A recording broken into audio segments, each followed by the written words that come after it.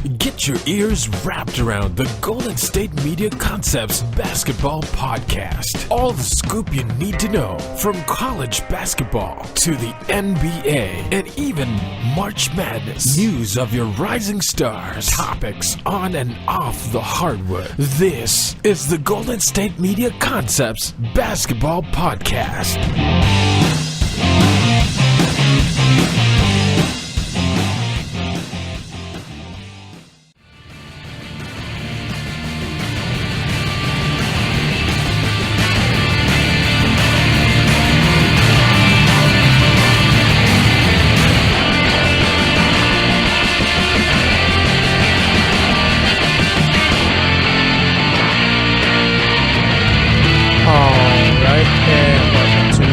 GSMC Basketball Podcast. This episode is brought to you by the GSMC Podcast Network, and I am your host, Jesse Tapia. Alright, so let me tell you what's going on today. It's Friday, it's the 23rd, and we finally got basketball back. There were finally basketball games yesterday, okay? And, man, it was good to have basketball back. It's been like a whole week, from Sunday to this Thursday, right? The days in between those days, okay? We're a bit rough. Don't have football anymore. Baseball hasn't started up yet, and basketball's pretty much what's supposed to get us through this little period. And going 3-4 days without basketball games was kind of tough, right? No storylines to talk to, nothing's been happening, all right? But we do have stuff to talk about for this show. We're going to talk about Kawhi Leonard opting to stay away from the Spurs, even though he's medically cleared to return back to the court. All right, we'll talk about because this is mainly an NBA show, but this is a basketball podcast too.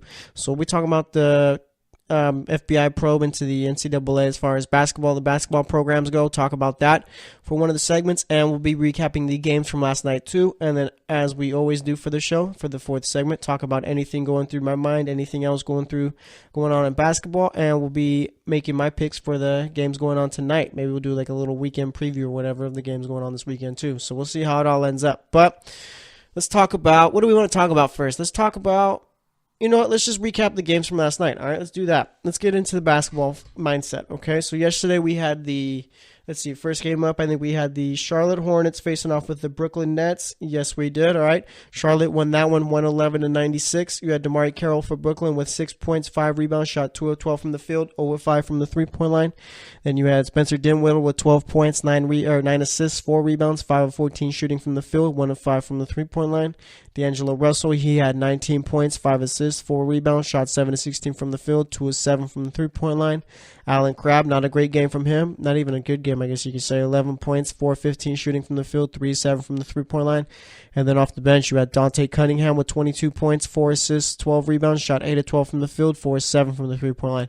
As for the Charlotte Hornets, you have Marvin Williams with 11 points, 2 rebounds, 2 assists, shot 8 from the field, 3 of 5 from the three-point line. Michael Kidd-Gilchrist with 13 points, 5 rebounds, shot 4 of 7 from the field. Dwight Howard, big game from him, 15 points, 24 rebounds, 6 of 14 shooting there. And then Kemba Walker had 31 points, 7 assists, shot 12 of 22 from the field, 4 of 8 from the three-point line. And then Nicholas Batum produced in this one, 10 points, 7 assists, 5 rebounds, shot 4 of 8 from the field, 2 of 4 from the three-point line. This game, not really much to look forward to in it. I'm sure if you sat through and watched it, you had to be a fan of either of these teams. But if not, then there's no way. If you're not a fan of these teams, you sat through it. But either way, it happened. The game happened. All right. The Hornets, it's going to be interesting to see what they do for the rest of the season, right? They're too good to tank, and I don't think they're good enough to make a run for the 8th seed. But I think that's what they're going to have to do. They're going to have to try and figure out a way to make a run for that 8th seed. Because if not, they can try and make a run, but I don't think really anything's going to come from it. They're not going to make the playoffs this year. I'm willing to put my life savings on that, all $20 of it. And I highly doubt that they end up finding themselves into the top 10 for a lottery pick. So it's going to be interesting to see what their little plan is for the rest of the season. Because like I said, they're too good to tank and they're too bad to make playoffs. So we'll see what they want to do. As for the next game of the night, we had the New York Knicks facing off with the Orlando Magic. All right, both teams trying to tank, but one is better at tanking than the other. All right, the Knicks won this one 120-113. For the Knicks, you had Michael Beasley with 7 points, 4 rebounds, shot 2 of 4 from the field. Tim Hardaway Jr. with 23 points, 6 assists, 3 rebounds, shot 9 of 19 from the field, 1 of 6 from the three-point line. And as Cantor, he had 12 points, 12 rebounds. Manuel Mudiay in his first start with the Knicks had 8 points, 4 assists, 5 rebounds, shot 4 of 9 from the field in this one. Off the bench, you had Kyle O'Quinn with with 14 points, 8 rebounds, shot 6 of 8 from the field. And you had Trey Burke with 26 points, 6 assists, 4 rebounds, shot 12 of 22 from the field, 2 of 5 from the three-point line. Looks like Jarrett Jack has officially lost his starting point guard position with the Knicks. Didn't play at all in yesterday's game, so congrats to Jarrett Jack. Now you just get paid to watch the Knicks play basketball. I guess that's kind of a punishment too there in the way. But for the Magic, you had Aaron Gordon with 9 points, 5 rebounds, 5 assists, shot 3 of 9 from the field, 2 of 3 from the three-point line. Evan Fournier with 25 points, 5 assists, 5 rebounds, shot 9 of 14 from the field, 3 of 6 from the three-point line. Jonathan Simmons with 12 points, 4 rebounds, 5 assists. Nikolai Vucevic with 19 points, 6 rebounds, 8 of 11 shooting from the field, 2 of 3 from the three-point line. Then you had DJ Augustin with 13 points, 4 assists in this one. So obviously we both know that these teams are trying to tank, all right? It's no secret or anything like that. But, poor Knicks. They got, I think, like 8 teams ahead of them as far as worst records go. So I get 8 teams behind them. Let me see if I can look at the standings real quick. The Knicks are currently 23 and 36, or 24 and 36. Let's see, the Bulls, Nets, Magic, and Hawks are worse than them. So it's 4 teams there. And then the Memphis Grizzlies, Sacramento Kings, Dallas Mavericks, and Phoenix Suns. So yeah, there's 8 teams with a worse record than them. It's going to be tough for the Knicks. They're in a real bad spot, all right? Because at least with Kristaps Porzingis, you could tell that they were at least competing to try and get that 8th seed. Possibly, it probably wasn't going to happen, but nonetheless, they were competing, and you saw that they had a direction they were going in. All right, when he goes down, their record is too good for them to pretty much bomb the rest of the way and tank. And if they're playing against teams like the Magic and the Hawks, they're going to out-tank you because their team is just as bad as yours. So it's going to be tough for the Knicks. They're not really going to have it. They're not going to have a top 5 pick and not even a top 7 pick probably unless the lottery goes in their favor. And look at like that. You're going to get a top 8 pick or whatever. You got to see if you can get a little diamond in the rough as far as that, because all the top players in the draft will be gone by then. And then next year, what do you do with Porzingis? Obviously, you're probably going to sit him out for the rest of the season because you're going to need another top pick in the draft. Otherwise, you're just bringing in Porzingis to come play in February, March for no reason because the Knicks aren't going to be that good. So they got to figure out, they got to do well in this draft this year, and they pretty much got to hold Porzingis out next year so that way they get another good pick, and then hopefully by the time Porzingis comes back, it's all set and ready to go as far as what they got going on. And as far as the Magic go, I hope they really do something with this little tanking that they got going on now because they draft a bunch of young players, but they just can't develop them or turn them into leaders. So we'll see what they end up doing for the rest of the season. As for the next game, believe it or not, the new look Cleveland Cavaliers can be beaten. I'm not sure how much longer I call them new look Cavs, all right? But either way, the Washington Wizards won this one 110-103. You had Markieff Morris with 9 points, 8 rebounds, shot 4 of 10 in this one, 1 of 6 from the three-point line. Satoransky had 17 points, 8 assists, 4 rebounds, shot 6 of 7 from the field in this one, did hit a 3. Otto Porter Jr. with 15 points, 8 rebounds, shot 6 of 11, 3 of 5 from the three-point line. Martin Gortat with 6 points, 3 rebounds. Bradley Beal, he had 18 points, 9 assists, shot 8 of 19 from the field, 2 of 5 from the three-point line. And then you had Kelly Oubre Jr. off the bench with 17 points, 5 rebounds, shot 6 of 12 from the field, 3 of 6 from the three-point line. As for those Cavs, you had LeBron with 32 points, 9 rebounds, 8 assists, shot 13 of 18 from the field, 1 of 4 from the three-point line. Tristan Thompson, he had 12 points, 9 rebounds, shot 6 of 7 from the field. George Hill, not a great game at all from him. Only 6 points, 3 rebounds, 3 assists, shot 2 of 10 from the field, 0 of 4 from the three-point line. J.R. Smith with 15 points, 6 of 12 shooting from the field, 3 of 8 from the three-point line. 3-point line, and then off the bench you had Larry Nance Jr. with 6 points, 3 rebounds, shot 3 of 4 in this one. Jordan Clarkson had 9 points, 2 rebounds, 2 assists, shot 3 of 7, 0 of 3 from the 3-point line, and then Rodney Hood had 8 points, 2 rebounds, 2 assists, shot 3 of 7 from the field, 2 of 5 from the 3-point line.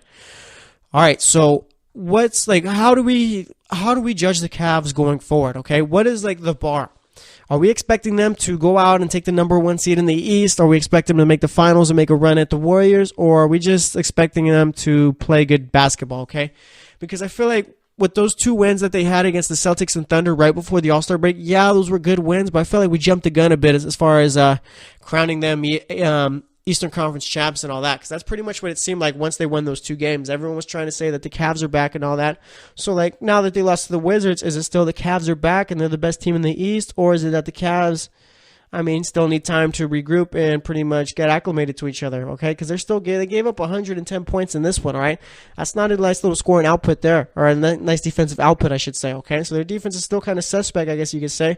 And, if Jordan Clarkson or Rodney Hood aren't shooting the ball well, it's going to be tough for them to win ball games. I still think that they're probably in the grand scheme of things, the Cavs are probably still the third best team in the East, all right?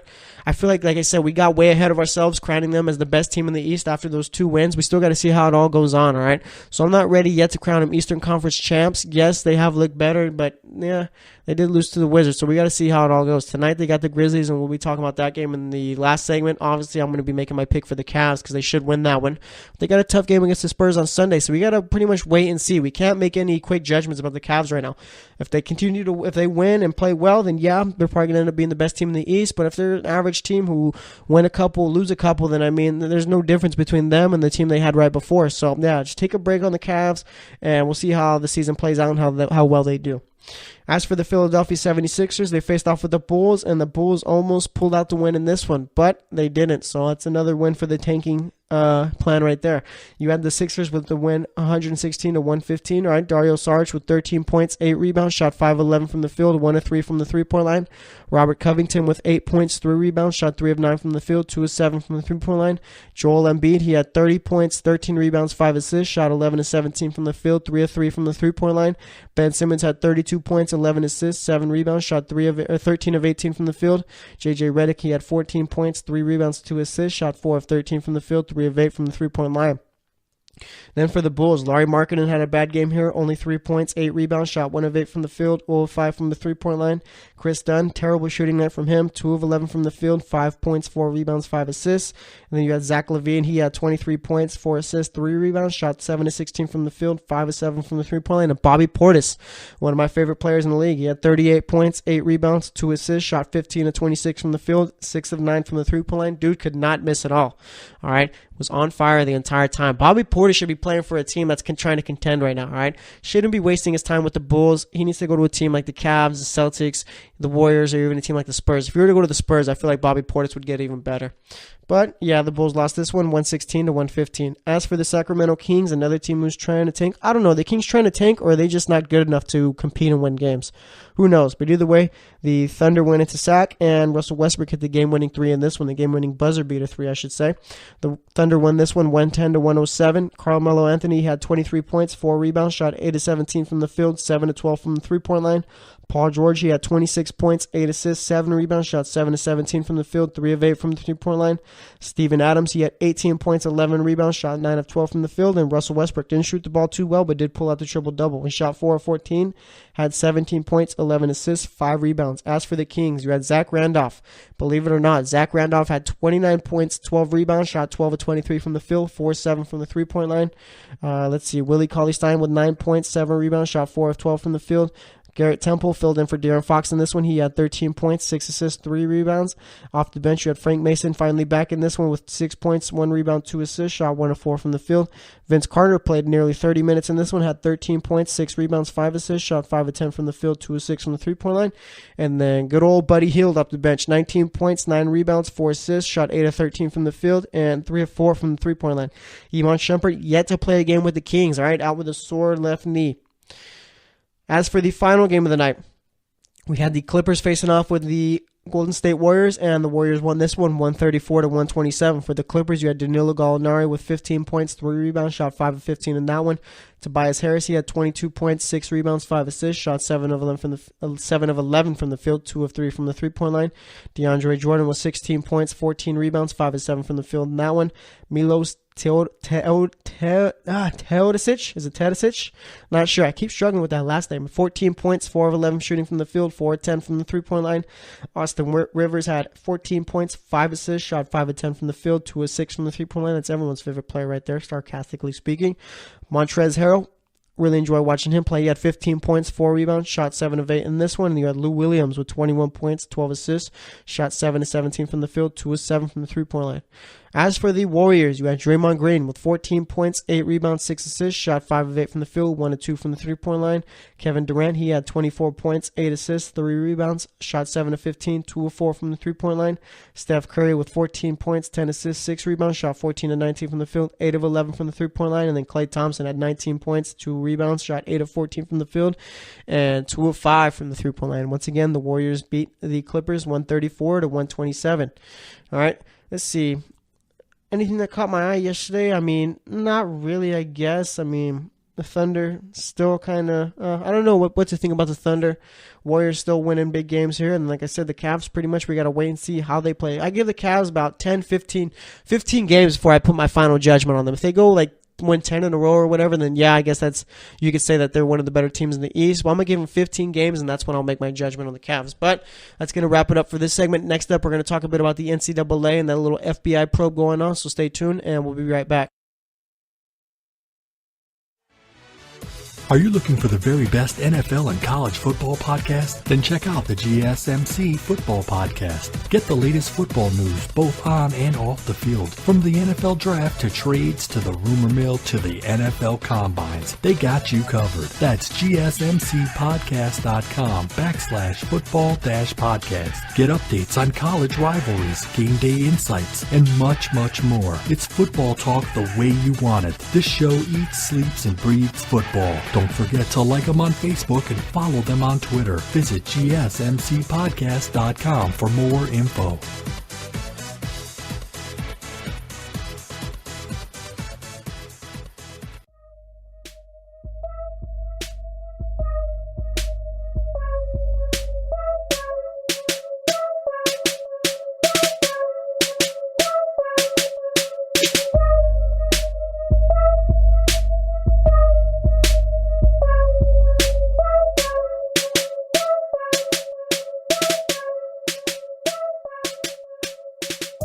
All right, and welcome back to the GSMC Basketball Podcast. So far, we've only talked about the NBA games that went on from last night. Cavs got their first loss with their new look team. Let's see who else. The Warriors won yesterday. And Russell Westbrook hit a game-winning 3 against the Kings yesterday, too, which was Thursday. So for this segment, though, we're going to be talking about the NCAA men's basketball FBI probe that's going on, all right? Just the beginning is coming out, and boy, oh boy, are there a lot of teams that are paying players and parents. Let me tell you that much, all right? So let's get into it. I mean, just before I even get into it, I should say, all right? I'm sure we've all known that, we've all had to have at least had the idea. Obviously, you can't say you know for sure because we didn't. But either way, we all had to have the idea that, these teams were paying players. And that's how guys teams like Duke were getting the top 3 recruits next year to their team. And pretty much how Kentucky has always had the best classes usually as far as recruiting. Arizona's always up there. It's the same teams over and over and over with the top recruiting classes, okay? And we all had to have known that someone was paying someone, all right? You can't just think that everyone is doing it by the book because no one is doing it by the book. Rick Pitino's the first one to get caught about it, and now a bunch of other coaches are going to get caught, all right? So let's get into it. Let's get into what teams are in the little FBI probe report, the first report, and talk about which one, pretty much the teams that are out here paying players and parents, okay? Let's go. We got Alabama. We got Duke. We got Kentucky. We got LSU. We got Maryland. We got Michigan State, NC State, North Carolina, Seton Hall, Texas, USC, Washington. All right, and there's other teams that we're going to go over in this report too. It's not just those teams. There's a bunch of others, okay? But yeah, those teams have been found as potentially giving impermissible benefits and preferential treatment to players and families, all right? So those teams, everyone's favorite Duke, obviously aren't. No, Duke can't do anything wrong. Coach K, he does everything by the book. No, let me tell you, Coach K does not. All right, there's no way a coach could be that claimed for so long in a little organization that's so corrupt and dirty. All right, then we got schools named in former ASM sports employee Christian Dawkins expense reports. All right, a big part of this FBI probe that ESPN's been covering too is that there was an agent from the ASM that pretty much offered money to players and all that, and there's expense reports where the players' names is on there and how much they got, all right? For that, you got Clemson, Kansas, Louisville, Michigan State, South Carolina, Texas, USC, Utah, Wichita State, and Xavier. And then we had schools that had players/families listed as meeting with Dawkins. You had Alabama, Creighton, Duke, Iowa State, Kentucky, North Carolina, Notre Dame, Texas, Vanderbilt, Virginia. All right. Schools with players who are on the FBI probe report. All right. Alabama has Colin Sexton. Duke has Wendell Carter. Kentucky, Kevin Knox. Michigan State, Miles Bridges. South Carolina, Brian Bowen. Texas, Eric Davis Jr. And USC, Benny Boatwright. All right. Schools with former players that are implicated. You got Clemson, Creighton, Iowa State, Kansas, Louisville, LSU, Maryland, NC State, North Carolina, Notre Dame, Seton Hall, Utah, Vanderbilt, Virginia, Washington, Wichita State, and Xavier.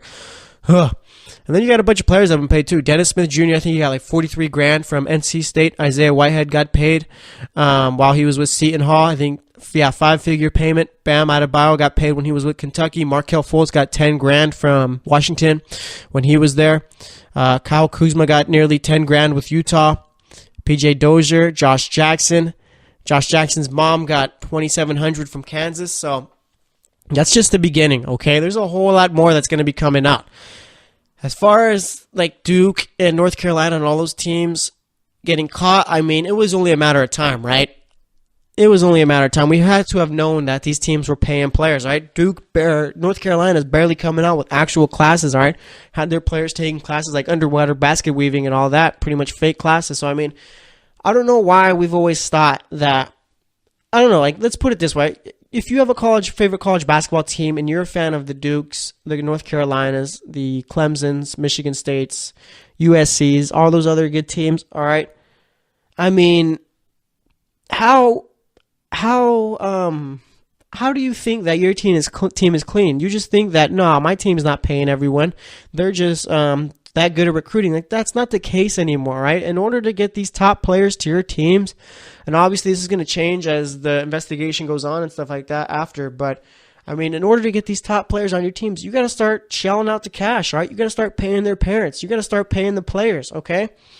That's where it's been going. That's how it's probably been going. It's probably been going on for about the last decade or so, even a little bit more probably. Okay, I mean, it's like even longer than that, because college programs paying players hasn't been something that's new or anything. That's been going on since the 80s and all that. All right, look at SMU; they got the death penalty for it, and I'm curious to see what's going to happen with Louisville, because they already got penalized for the first scandal they had with the quote unquote the dancers and the coming into recruits' dorms and stuff like that. So you already got wins vacated, and you got scholarships taken away, and you got the national title from 2013 taken away.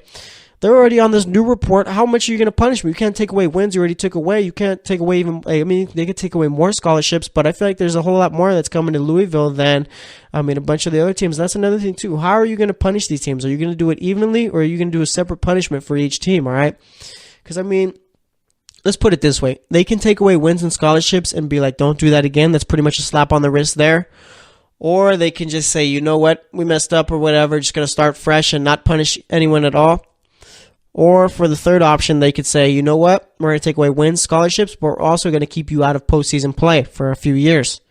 All right, that's what I'm most curious about learning, okay? What is the NCAA going to do? If you take away Duke, Michigan State, North Carolina, and all those other teams in Kentucky from postseason play, that's going to kill ratings, all right? That is, big time. No one wants to see, let's see, let me name a Cal Berkeley in the NCAA tournament taking it all or whatever. That's another thing too. That's going to pretty much shift college basketball, because you're not going to be having these top teams going out and getting the top recruits. If they're not playing in the NCAA tournament for 3 years, unless they somehow figure out a way to continue to pay players without getting caught still, no one's going to want to go play there. No one's going to want to go play for Duke if you can't make it to the NCAA tournament and you can't pay them. All right. So, it's going to be interesting to see how this all plays out. It's going to be interesting to see what comes out of this from the NCAA, all right? There's so much more that's left, too, because I think there's a few other teams I didn't mention that were named in the September report that came out. Let's see, I think those teams are, there's original charges that came out last September. It was Auburn, Arizona, and Oklahoma, okay? So, there's a bunch of other teams, and I'm sure we're going to find out what other teams are doing it too, because it's not like it's just the top programs. You got teams like Xavier, Seton Hall, and all those other guys, Wichita State, paying players and having them talk to agents and stuff like that. And, with, like I said, Dennis Smith Jr. getting $43,000 from NC State, that's probably not all that he got. He probably got a loan from one of those agents and stuff, told him, you know what, if you, we'll give you this loan or whatever, all you got to do is just come sign with us once you're out of college. I'm sure that's how it's been going for a while, so it's going to be interesting to see, pretty much how this all ends up, all right? Because the NCAA tournament's going to be coming in a few weeks, and this is going to be the biggest story that comes out of it, okay? It's going to be pretty much the dark cloud over the tournament as it goes on, and I'm curious to see, when the final report and all that's going to come out, because there's still a big investigation that's going to be going on, so I mean, it's interesting times in the NCAA, right? And maybe with this happening in basketball, you're probably going to be seeing them investigate football too. This has a lot to do with everything, okay?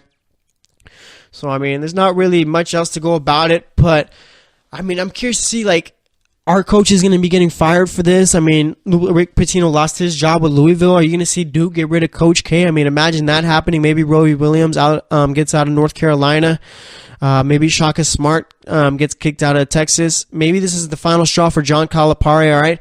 Yeah, that's another thing, too. I mean, Kentucky hasn't been playing good basketball this season. This is just the perfect reason to fire John Calipari.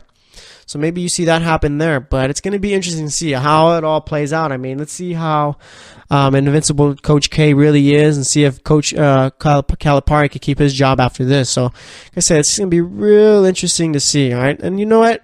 I say it's about time that we start paying players and all that, okay? Because you know what?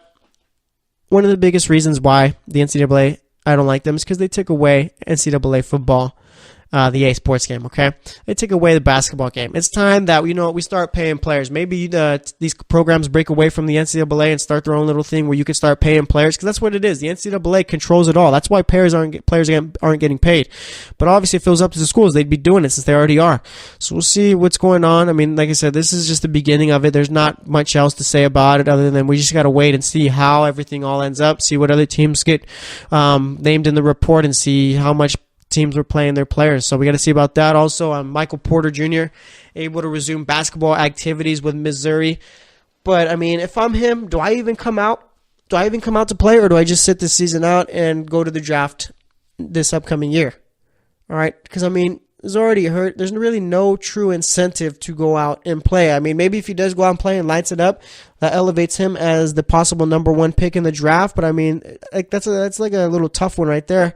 And, I mean, there's a higher chance of him losing draft value rather than him gaining draft value. He's already considered a top 5 pick, and he hasn't even picked up a basketball this season. So if I'm him, I'm not even sure if I go out and play with Missouri. I mean, there's really no point, all right? We've gotten to the point where the NCAA and like pretty much basketball as a whole is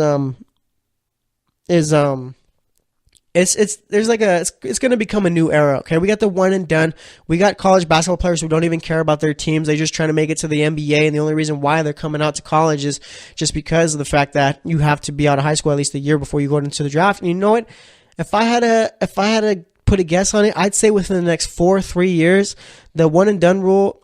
I mean, pretty much there's going to be a point where these high school basketball players don't even have to go to college, all right? There's going to be a point where you could just go straight to the NBA from college again or from high school again. So I think that's going to be happening pretty soon. So we have to wait and see how that all ends up. And pretty much, like I said, it's going to be interesting to see. I mean, you got Markelle Fultz. I mean, that dude was only making $10,000 with Washington. He was the number one pick. So, yeah, we'll see how college basketball changes in the new era of college basketball. Maybe you see these teams get a slap on the wrist, or maybe you see them get banned from postseason play for a few seasons. I'd rather see that, all right? NCAA needs to hold some accountability with these top programs and show that even though they're making all the money, you can't be doing this. So we'll see how it all ends up. Before the next segment, we're going to be talking about Kawhi Leonard choosing to pretty much stay away from the Spurs and not play, even though he's medically cleared, and pretty much give my thoughts on it. Not that it matters or anything, but we'll be talking about that. So stay tuned, and we'll be right back. Check out the show that's built on the MMA. From the UFC to extreme cage fighting, they got the fights covered. Check out the GSMC MMA podcast. Get the latest news on past or upcoming fights. Join us as we talk to and about some of the biggest names in the MMA, past, present, and future. When it's the fight game, there's just one show to check out. GSMCpodcast.com/MMA-podcast. Don't forget to like them on Facebook and follow them on Twitter. Visit GSMCpodcast.com for more info.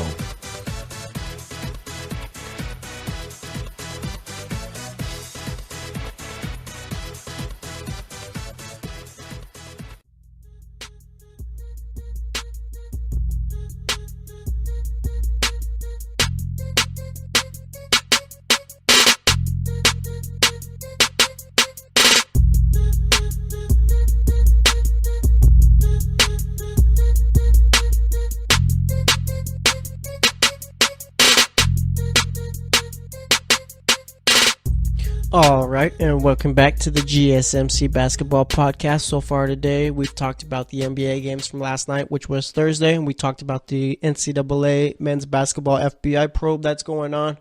Like I said, this is only the beginning. There's probably going to be more coming out, so we got to stay tuned from that. It'll be like a little fluid situation.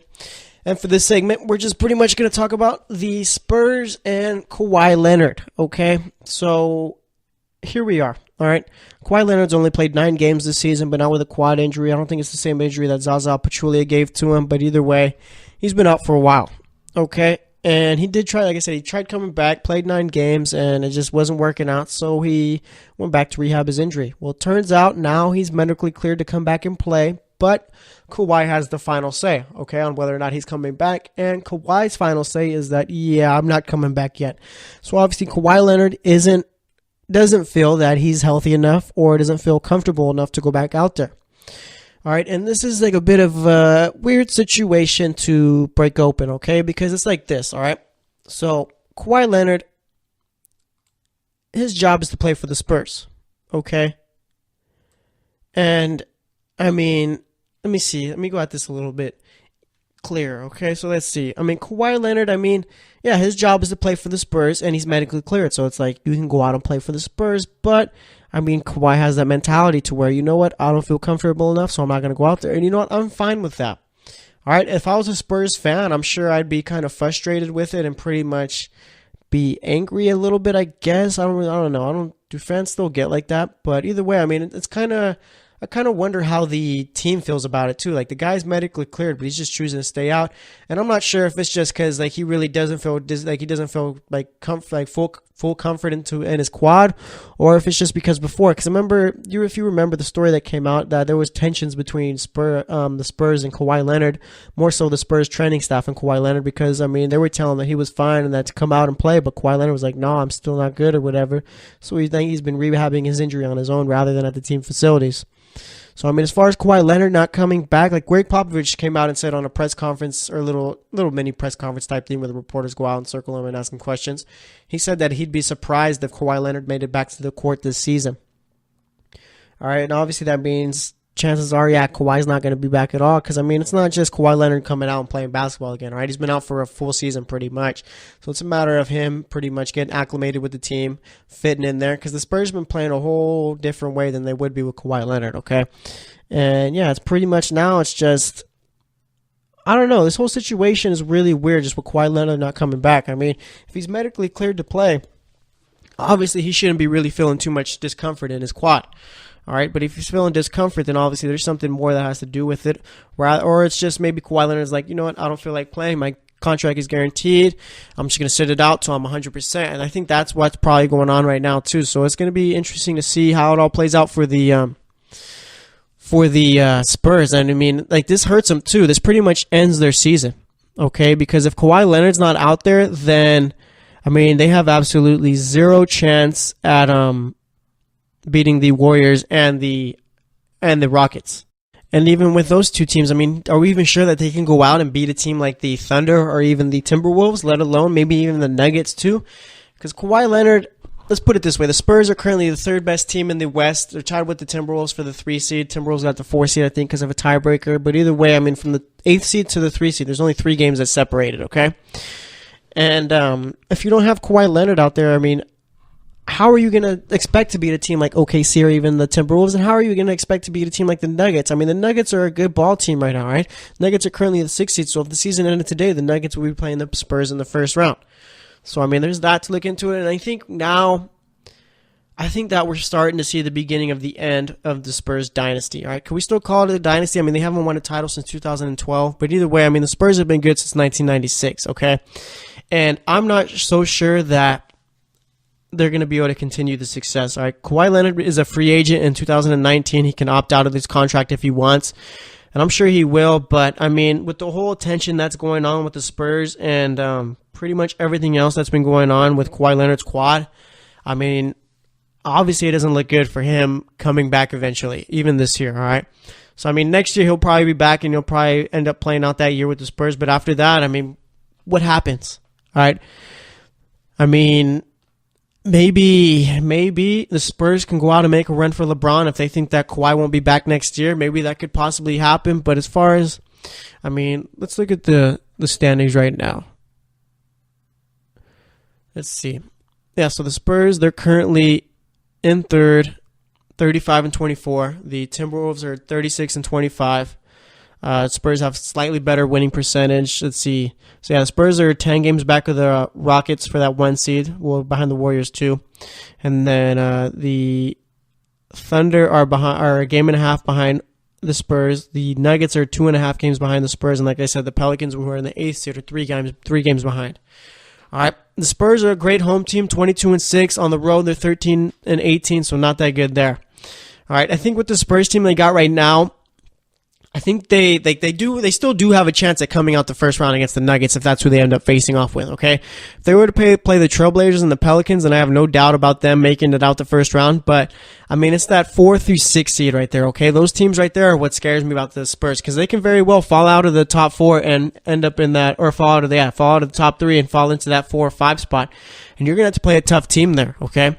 And with LaMarcus Aldridge, yeah, they got a good team, but I just think that you need that star player to come and play with you. All right, you need that star player on your team to pretty much go out and lead you into the playoffs and pretty much lead you out of any round that you're playing, all right? Lead you out with the win in the series. And I just don't see it happening for the Spurs. I'm trying to, but I don't. So they're in a bit of trouble. Not even a bit of trouble. I think they're in a lot of trouble, okay? Because you got Greg Popovich saying that if Kawhi Leonard was to come back this season, then it'd be late in the year, and it'd be a tough decision to make because, how late can you bring a guy in is what he was saying. And, he's already said that he was preparing the players, that telling them that they're going to be probably headed into the playoffs without Kawhi Leonard. And I feel like that puts a damper on the season, obviously, because of the fact that, you probably, the Spurs are probably thinking, we just got to hold it down, keep winning games, trying our best until Kawhi Leonard gets back, and then once he gets back, we're going to get even better. I'm sure there's been conversations in the locker room about playing the Warriors and Rockets saying, yeah, once we get Kawhi back, we're going to have a chance at those guys, and we're going to be able to beat them. And sure enough now, that's not going to happen. And with Kawhi Leonard, like I said, this whole situation is so weird just because of the fact that the Spurs have never really been ones to have drama or even a little bit of controversy around. And I feel like this whole Kawhi Leonard thing, like I said, the dude is medically cleared, so he can play, but he's choosing not to, right? The Spurs have lost 3 in a row, so, they're in a bit of a rut right now. And, they don't even score too many points on offense, right? They only average about 101.6 points per game. I think that's good for... second worst in the West, or actually third worst in the West, and on all the NBA, that's good for fourth worst there. Yeah, so he's got the 4th worst points per game total on offense in the NBA, all right?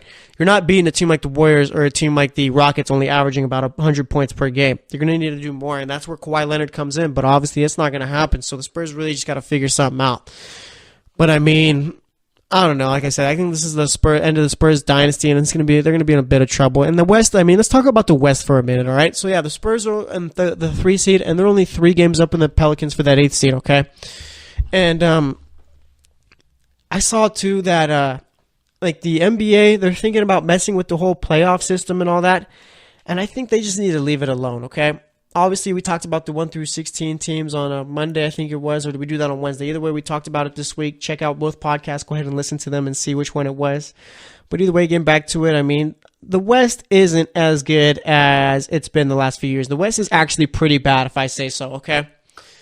In the West, you have the top 2 teams, the Warriors and Rockets, and then after that, everyone is pretty much, no one scares you, right? The Spurs don't scare you. The Timberwolves definitely don't scare you if you're a top team.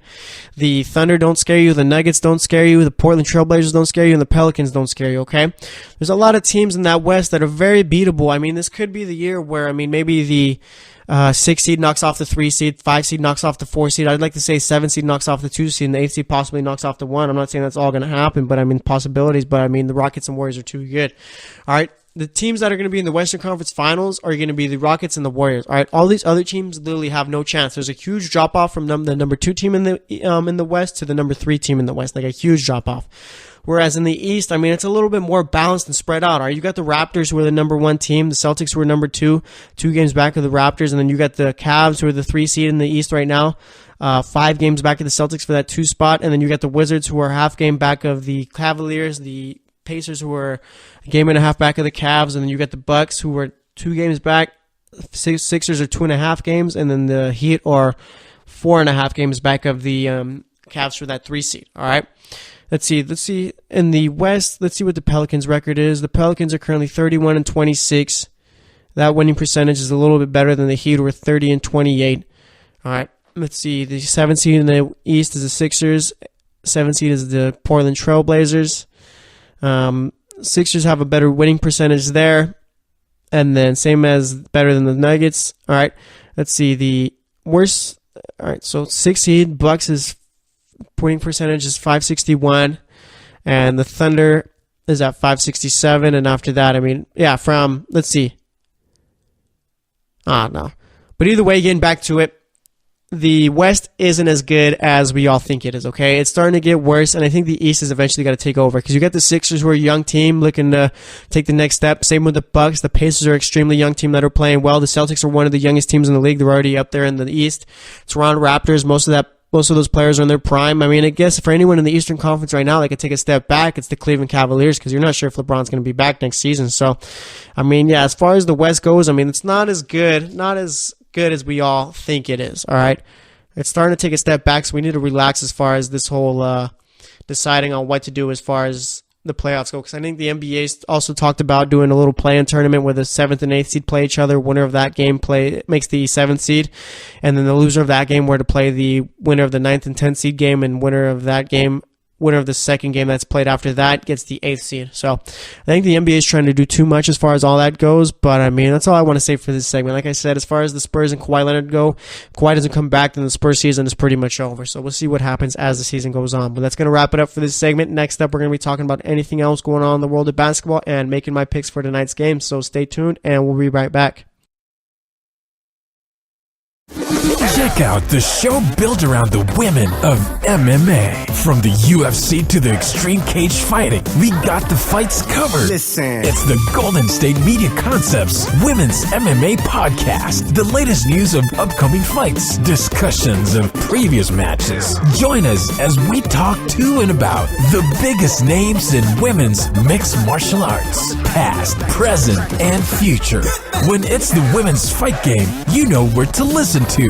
The Golden State Media Concepts Women's MMA Podcast.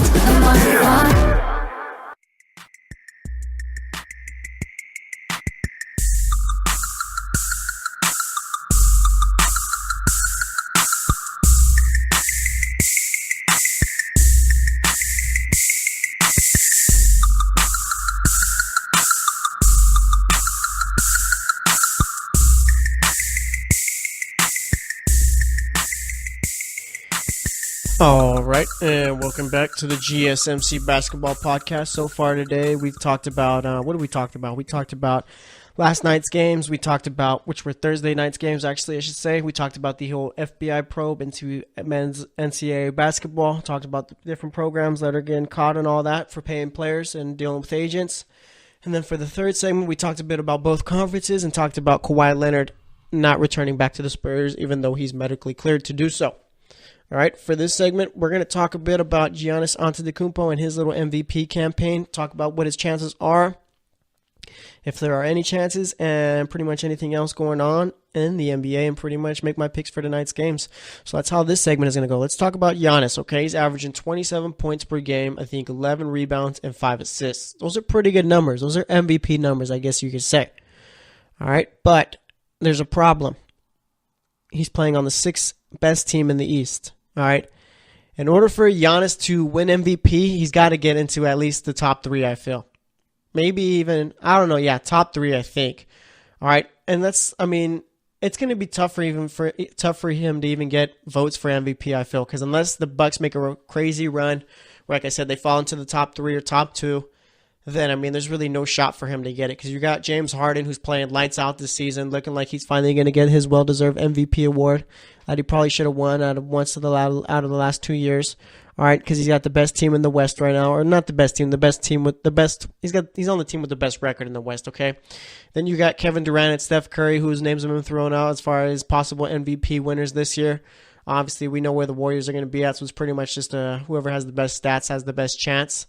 And then you got LeBron James in Cleveland, where if they end up winning the East, at least getting the number 1 seed in the East this year, I mean, LeBron could very well win the MVP this year. Am I missing anyone else?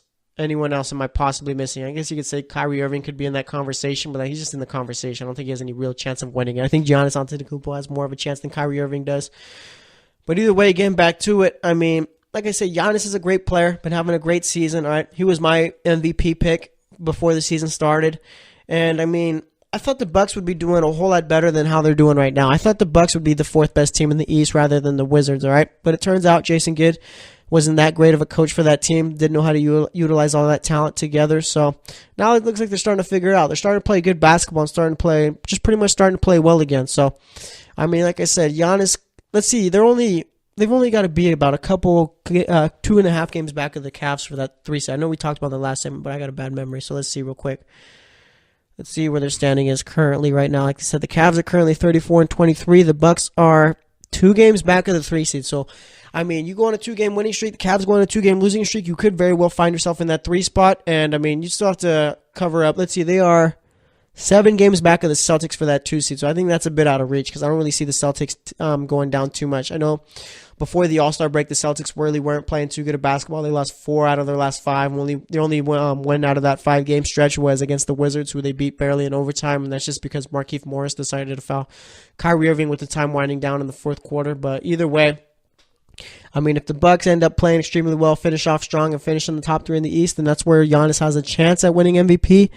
But I just think that there's people more deserving right now. I mean, if I had to put a bet on it, I'd say that Giannis Antetokounmpo is eventually going to get his MVP award, but it's just not going to come this season, you know? So we'll see about all that. And like I said, I mean, right now, James Harden is the front runner for that MVP award.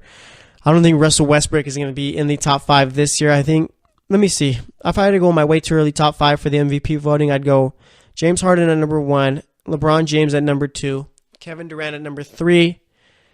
Then maybe that's where you go Giannis at number 4, and maybe Steph Curry at number 5. I don't know. It's going to be crazy to see that the Warriors are going to have 2 top 5 MVP candidates, or 2 candidates who finish in the top 5 in voting. So that's all I got to say about that. Now let's make my predictions for the games going on tonight. I think we got a bunch of games going on. Let's see. We got one game. We got 1, 2, 3, 4, 5, 6, 7, 8, 9, 10, 11. I think 12 games going on. 12 or 11 games, all right? So let's make my picks for the first one. We got the Celtics facing off with the Pistons in Detroit. All right, I'm going to go with the Celtics winning that one. Then we got the Hawks facing off with the Pacers. Hawks are really trying to tank right now. Pacers are getting Glenn Robinson back tonight. So I'm going to go with the Pacers winning that one. Then we got let's see what else we got going on. We got the Hornets facing off with the Wizards. Hornets have been playing all right. Wizards have been playing good basketball without John Wall. I think the Wizards are currently 8-2 without John Wall. And that's another thing I want to talk about too real quick before you go and get into the rest of my picks, all right? The Wizards, yeah, they may be playing well without John Wall right now, but could you definitely tell me that the Wizards would be a better team without him in the playoffs? No, I don't think so, all right? I understand they're playing good basketball right now, but when it comes playoff time, you need a player like John Wall to help lead you through there. All right, so I think we got to chill out a bit with the Wizards are better without John Wall talk. I mean, yeah, the record shows that they're playing extremely well, but like I said, I mean, John Wall I don't really think is the one that's been holding them back. He's one of the best point guards in the league, and I think needs a little bit more respect, all right? So, yeah, but I got the Wizards beating the Hornets tonight. Then we got the Bucks facing off with the Toronto Raptors.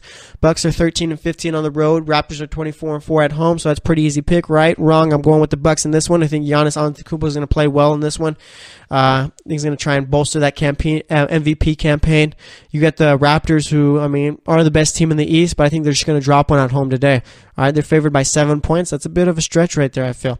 Then you got the Timberwolves facing off with the Houston Rockets. And let's see, I'm going to go with the Rockets in this one. The Timberwolves are a terrible road team, 12-18 on the road. Rockets are 23-6 at home. But I'm going to go with the Rockets. Timberwolves don't play well against the top teams in the league. And, I mean, look at it this way. All right? The Rockets are favored by 8 points in this game, right? Showing no respect to the Timberwolves. And they really haven't earned it yet, all right? They got to learn how to compete with these top teams. But nonetheless, like I said, I'm going with the Rockets. Then we got the Cavs facing off with the Memphis Grizzlies. And I'm going to go with the Cavs in this one, right? They should win this one. The Grizzlies are a team that's trying to tank. The Cavs are a team that's trying to make it back up to the top of the East. So you got to win games like this, especially coming off of a loss. So I got the Cavs winning that one. one. Then we got the Heat facing off with the New Orleans Pelicans, and I'm going to go with the Heat in this one, all right? Pelicans are favored by 2 points. They're 15-12 at home. The Heat are 16-16 on the road, but I just think that the Heat are the better coach team, and I think they're going to be able to pull it out tonight. Then we got the Spurs facing off with the Denver Nuggets, and I think I'm going to be going with the Nuggets in this one, all right? Like I said earlier, Kawhi Leonard probably not going to be back with the Spurs this season. The Spurs are a terrible road team too, 13-18 on the road. Nuggets are a great home team, 23-7 at home, so I'm going to go with them. I think they're going to play well. Nikolai Jokic is going to have himself a game here, and Gary Harris and Jamal Murray have been shooting the ball extremely well this season so far, so I'm going to go with the Nuggets. Then we got the Phoenix Suns facing off with the LA Clippers. Clippers are on a back-to-back here. But the Suns are trying to tank, so there's no reason to pick them. I got the Clippers winning this one, and they're probably going to win this one big too, so we'll see how it all ends up there. Then we got the Portland Trail Blazers facing off with the Utah Jazz, and I'm going to go with the Jazz in this one. Won 11 in a row, could make it 12 tonight. That'd be their longest winning streak since 2009. They're 18-9 at home, 15-15 on the road is what the Trail Blazers record is. And let's see, the Jazz are currently a couple games out of the A seed in the West. Let me double check that real quick. Yeah, the Jazz are currently, let's see, the Pelicans are 31-26, Jazz are 30-28, so the Jazz are actually a game and a half back of the Pelicans for that number 8 spot. Donovan Mitchell is making the case for Rookie of the Year this season. I think he might even be, I don't want to say he's not the front runner, but I think it's a whole lot closer than anyone else thinks as far as him and Ben Simmons, all right? Obviously, Ben Simmons is all around better, but Donovan Mitchell is he's going to be a franchise player for that Jazz team. So I got the Jazz winning in this one. And then for the final game of the night, we got the Dallas Mavericks facing off with the LA Lakers. The Mavericks are trying to tank. The Lakers are just trying to develop, so I'm going with them. Lonzo Ball is going to be back in this one. I think the Lakers play even better when he's out there.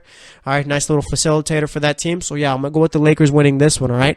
To recap my picks, I got the Celtics beating the Pistons. I got the Pacers beating the Hawks. I got the Wizards beating the Hornets. The Bucks beating the Raptors. The Rockets beating the Timberwolves. The Cavs beating the Grizzlies. The Heat beating the Pelicans. Nuggets beating the Spurs.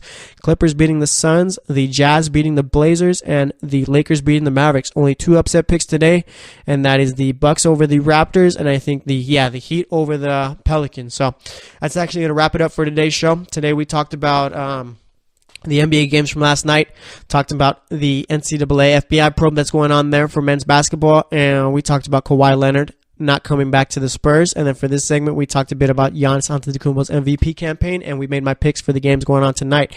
So thanks for listening to the GSMC Basketball Podcast. I am your host, Jesse Tapia. We'll be back on Monday, so stay tuned till then, and we will talk to you later.